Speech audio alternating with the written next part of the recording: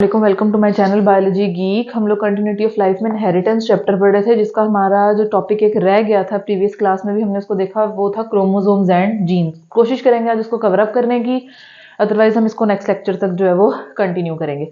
Okay, हमने ये पढ़ा था कि क्रोमोसोम जो होते हैं वो डीएनए और हिस्टोन प्रोटीन से बने होते हैं, और हमने ये भी पढ़ा था कि डीएनए नेगेटिव चार्ज और हिस्टोन प्रोटीन पॉजिटिव चार्ज होता है।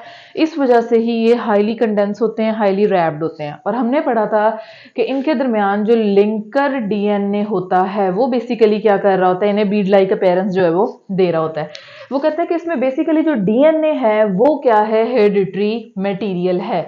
और वो कहता है कि हमारे पास जो क्रोमोसोम्स हैं उनके ऊपर क्या होते हैं, जीन्स होते हैं। जीन्स क्या है? जीन्स वो कहता है कि बायोलॉजिकल इंफॉर्मेशन का एक स्मॉलेस्ट यूनिट है, और ये स्मॉल सेगमेंट होता है डीएनए का, और मौजूद होगा कहाँ पे, क्रोमोसोम पे। इस बात को दोबारा अंडरस्टैंड करें, ये आपके पास क्या है, क्रोमोसोम, इसके ऊपर क्या मौजूद होगा, डीएनए। क्योंकि हमने क्या पढ़ा था कि ये सेल है, सेल के अंदर न्यूक्लियस है, इसमें थ्रेड लाइक स्ट्रक्चर है जो कि कंडेंस होगा, और कंडेंस होने के बाद किसमें कन्वर्ट होगा, हमारे पास क्रोमोसोम में। तो बेसिकली ये हाईली कंडेंस फॉर्म जब इस तरह की स्ट्रक्चर पे पोज करती है तो हम इसको क्रोमोसोम कहते हैं। लेकिन अगर हम देखें तो ये डीएनए, और डीएनए के ऊपर क्या मौजूद होगा, जीन का सीक्वेंस या जीन जो है, स्मॉलेस्ट सेगमेंट जो है वो क्या होगा, मौजूद होगा, जो कि बायोलॉजिकल इंफॉर्मेशन कैरी किए हुए है।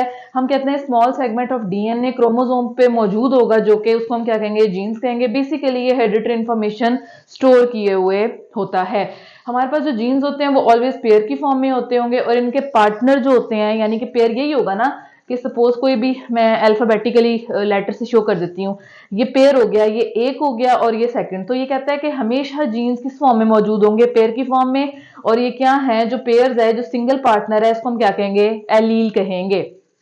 फिर वो कहता है कि हमारे पास लोकस क्या है। अब देखें, क्रोमोसोम है, क्रोमोसोम पे वो जगह जहां पे हमारे पास एलील या फिर आप कह लो जीन, एक ही बात है, जीन की बात करेंगे टू एलील्स होंगे, एलील की बात करेंगे तो ऑफ कोर्स सी बात है कि टू एलील मिलकर वन क्या बना रहे होंगे, जीन बना रहे होंगे। वो कहते हैं कि क्रोमोसोम के ऊपर वो पोजीशन, वो जगह जहां पे क्या मौजूद होंगे, ये मौजूद होंगे जीन्स या फिर एलील, जिसको हम क्या कहेंगे, लोकस कहेंगे। ये मैंने ड्रॉ किया कि आपके पास ये क्रोमोसोम है, ये इसके सिस्टर क्रोमेटिड है, ये सेंट्रोमेयर है, और ये लोकस है। लोकस के ऊपर पार्टनर मौजूद है, और जिनको हम एलील कह रहे हैं, और कलेक्टिवली ये क्या कहला रहा है, जीन कहला रहा है। वो कहता है कि लोकस क्या है, जीन की position on chromosome is locus, और एलील जो है सेम लोकस जो है वो शेयर करते हैं सिंगल ट्रेट के लिए।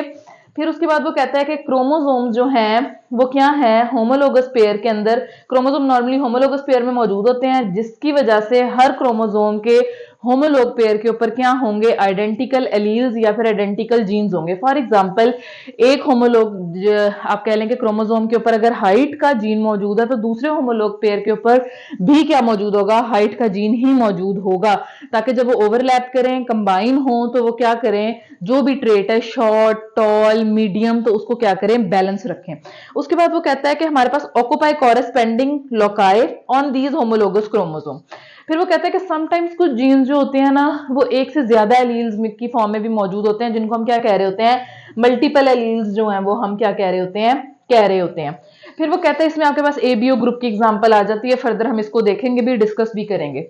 फिर वो हमारे पास क्या कहता है कि हमारे पास जीनोटाइप क्या है। जीनोटाइप वो कहता है कि किसी भी ऑर्गेनिज्म का एक पर्टिकुलर ट्रेट के लिए जो जेनेटिक मेकअप है, बेसिकली ऑर्गेनिज्म का एक पर्टिकुलर ट्रेट के लिए जो जेनेटिक मेकअप है, यानी कि जीन्स के जो सीक्वेंसेस होते हैं, उनको हम क्या कह रहे होते हैं, जीनोटाइप कह रहे होते हैं। वो कहते हैं कि identifies allele related to single trait, यानी कि जो जीनोटाइप है वो आइडेंटिफाई करेगा कि एलील्स का क्या कॉम्बिनेशन है, नंबर वन, और वही आइडेंटिफाई करेगा कि हमारी जो अपेयरेंस है वो क्या होगी। अपेयरेंस की बात बाद में करेंगे, वो एक अलग टॉपिक में हम डिस्कस करेंगे, अलग सब हेडिंग में हम डिस्कस करेंगे। अभी वो क्या कह रहा है कि एलील्स जो हैं वो आइडेंटिफाई करते हैं उस सिंगल ट्रेट को on the basis of genotype, यानी कि कौन सा जीन किस पेयर की फॉर्म में इसमें क्या है, मौजूद है। अब वो कहता है कि हमारे पास एलील्स जो हैं दो तरह से क्या होते हैं, आपस में अरेंज होते हैं, होमोजाइगस या फिर heterozygous. Homo mean same, hetero mean different. अच्छा, वो कहते हैं कि ये क्या कर रहा होता है, कंट्रोल कर रहा होता है सिंगल ट्रेट को, और हमारे पास 2 कॉपीज होती हैं जो कि हर होमोलॉग के ऊपर मौजूद है। अगेन वो एक ही बात को बार बार रिपीट कर रहा है। आप लोगों की आसानी के लिए ये बात बताती हूँ कि एक फादर की तरफ से आ रहा है, एक मदर की तरफ से आ रहा है। एक अगर क्रोमोसोम के ऊपर हाइट का जीन है और दूसरा जो मदर की तरफ से आ रहा है, जिन्होंने आपस में पेयरिंग करनी है, इन दोनों के ऊपर एक ही वक्त में सेम लोकाय पे, कॉरेस्पॉन्डिंग लोकाय पे, होमोलोगस क्रोमोसोम पे जो एलील है या फिर जीन है वो सेम ट्रेट का होना चाहिए। वो इधर ये बात कहना चाह रहा है। ये मैंने यहाँ पे इसको थोड़ा सा एक्सप्लेन भी कर दिया। अच्छा, नेक्स्ट वो कहता है होमोजाइगस और हेट्रोजाइगस क्या है। वो कहता है कि अगर सेम एलील्स होंगे तो वो होमोजाइगस है, अगर डिफरेंट एलील्स होंगे तो वो क्या है, हेट्रोजाइगस है। सेम और डिफरेंट से क्या मुराद है।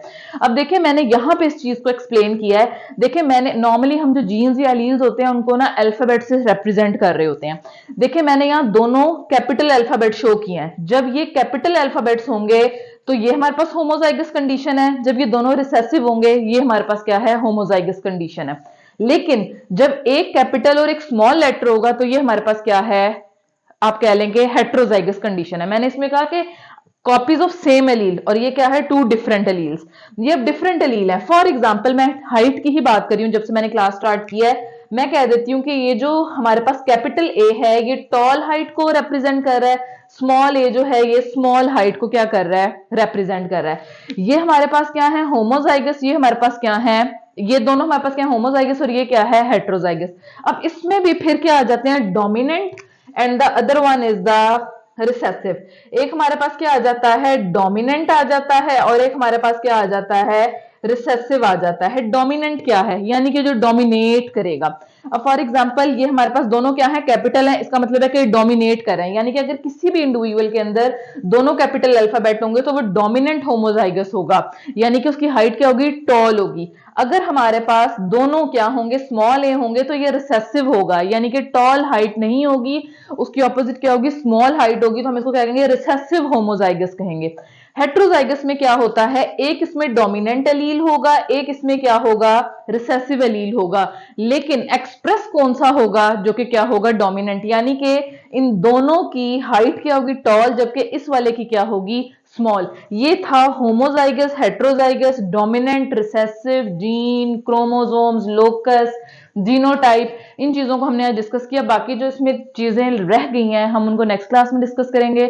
होपफुली आपको ये चीजें समझ आई होंगी। अगर कोई चीज नहीं समझ आती तो आप कमेंट सेक्शन में लाजमी कमेंट करें, सजेशंस दें, कोई क्वेश्चन है तो उसको पूछें ताकि टाइमली उसको जो है वो रिजॉल्व किया जा सके। Thank you.